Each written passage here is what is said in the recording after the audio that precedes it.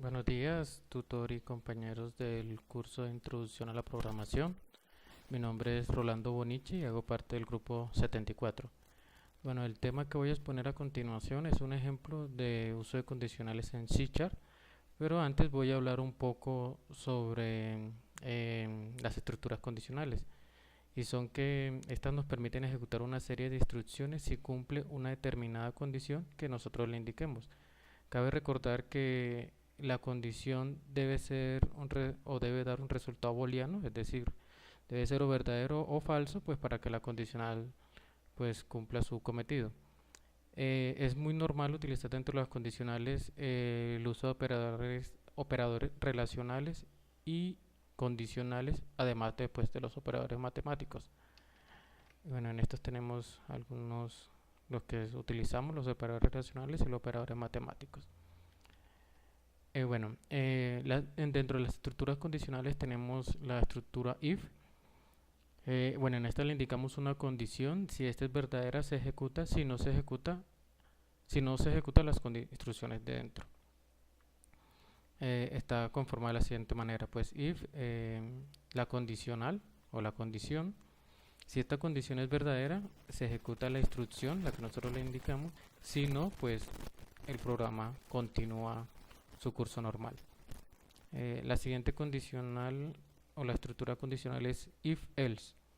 Es igual que la anterior, solo que después de cerrarse la llave de if se añade else sin indicarle ninguna condición.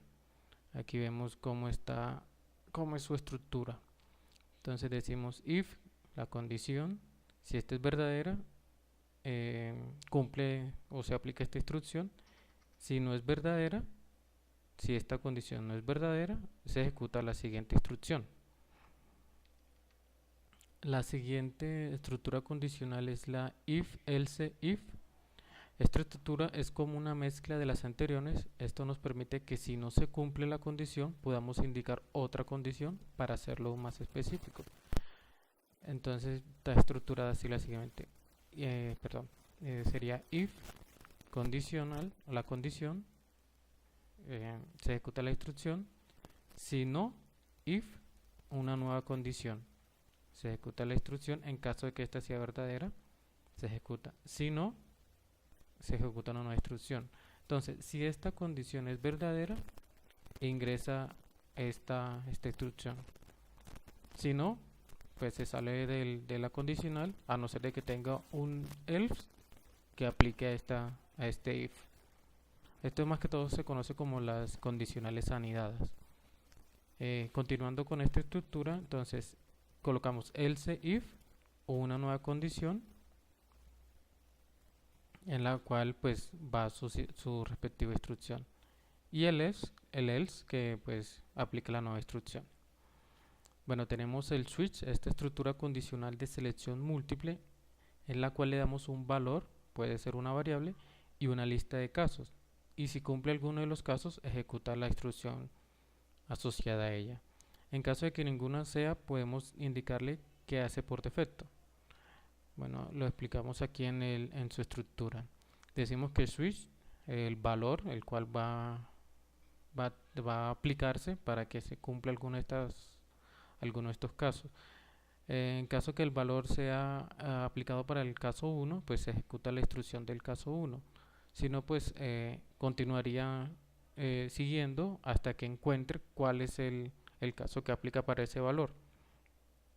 Por eso colocamos aquí caso n, ya que podemos colocar varios casos, caso 1, 2, 3, 4, hasta que pues dependiendo del programa que estemos ejecutando.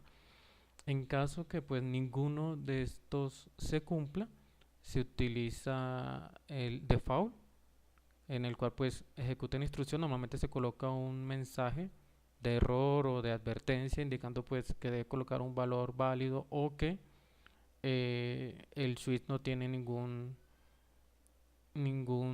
procedimiento a realizar dentro del programa. Bueno, aquí vamos a ver el ejemplo.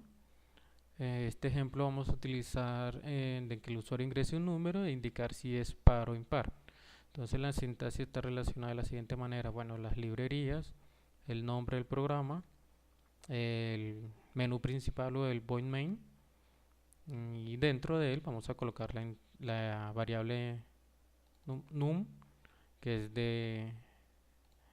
es entera, es donde vamos a guardar el número que ingrese el usuario, el mensaje que ingrese un número, apenas ingrese el número, pero se guarda en la variable num.